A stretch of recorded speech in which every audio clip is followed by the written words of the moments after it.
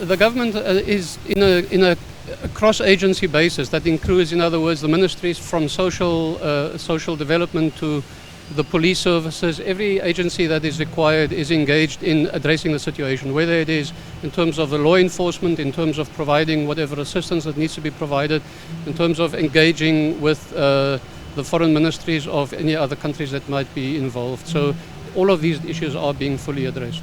Foreign people should go back to their countries, because a lot of people in South Africa are like foreign people. So like for a man like him, who's supposed to be protecting the country, protecting the people of South Africa, the people who live in South Africa as well, for him to say a statement like that and the world is watching, isn't there supposed to be something done for people like him to be, like a disciplinary for holding that post? As a person like him holding that post, isn't there supposed to be done about what he said? Is there anything going to be done about that? I did not hear that statement. I'm sorry, I haven't I'm not aware of that one at this moment, and I won't comment, except to say that there's of course a lot of disinformation on public media out there and social media, which the South African government of course also calls on everybody to make sure that what is posted on social media is not further inflammatory to the situation on the ground. So thank you very much. One more question. Sorry. And I don't think when the South African government come out to condemn the xenophobia is they mean their words, because this is not the first time. If you rewind back, this has been happening every time. So if they mean their words, this could never happen now. So really, they just try to please the world. We shouldn't come back here again. This is like the fourth time. But so you haven't answered that question. Can you pass our message to South Africa that we are angry? We are really angry, and we can also act the same way they are doing. We vote and we keep fighting for everyone to be equal. Everyone is equal. Everybody. Let's not fool ourselves in thinking that this is just about the South Africans who are unemployed, who have no jobs. This situation starts from the top. Even Ramaphosa himself during his election campaign said that the foreigners needed to go. So he needs to tell his dogs to stand down. Ramaphosa needs to take responsibility. The government needs to take responsibility. All South Africans need to take responsibility. We can't sit here and say peace in South Africa when the black people are still in the same situation they were during apartheid, apart from the fact that they're now allowed to walk around in different places. I would like to say, as an African, I'm very upset, and I continue to be upset, because I feel like Mr. Ramaphosa is failing Africa as a whole. He needs to stand up and accept that he's failed to do his job as a president.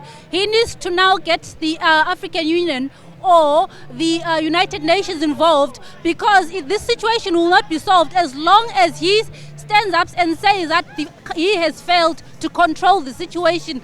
And I think that the United Nations needs to be involved now. We're not satisfied with the answers they have given.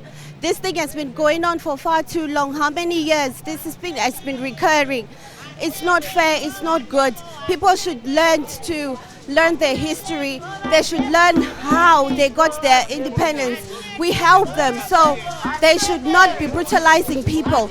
xenophobia, we say no to it. I'm also here to actually condemn what's happening in South Africa. And the first thing I want to say is I don't think these ordinary citizens are doing it on them by themselves. I think the government is also using them to try and drive out the people.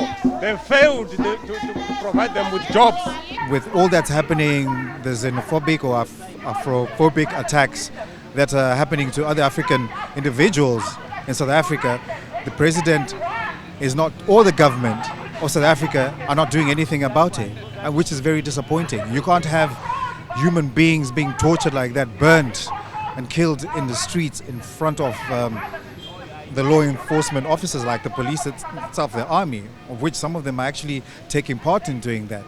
Which is why we decided to come out here today to be with those that are back home, you know, to air our views to the embassy that we're not happy with what's going on in South Africa. Like my colleague said, it's because of what the atrocities happening in South Africa right now. And we're here to say to the embassy to air our views to those people who can't talk, the voiceless. We are here to stand for them and say enough is enough. Africa is one.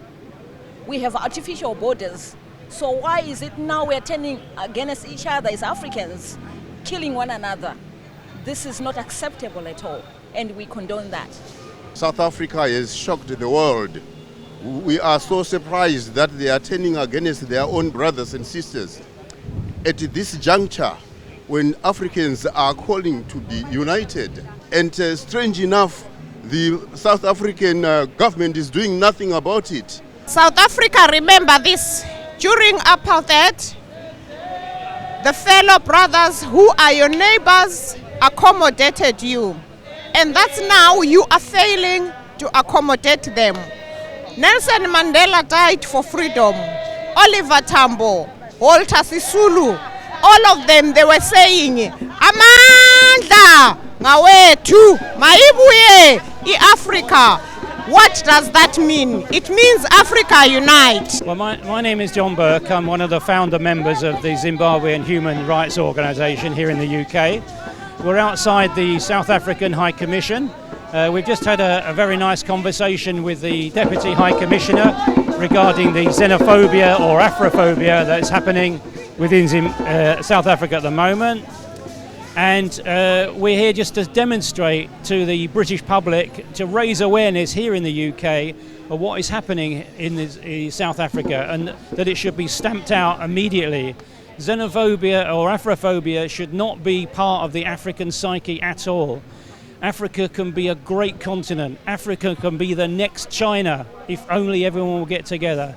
I have every faith in the African community to come together to resolve this issue.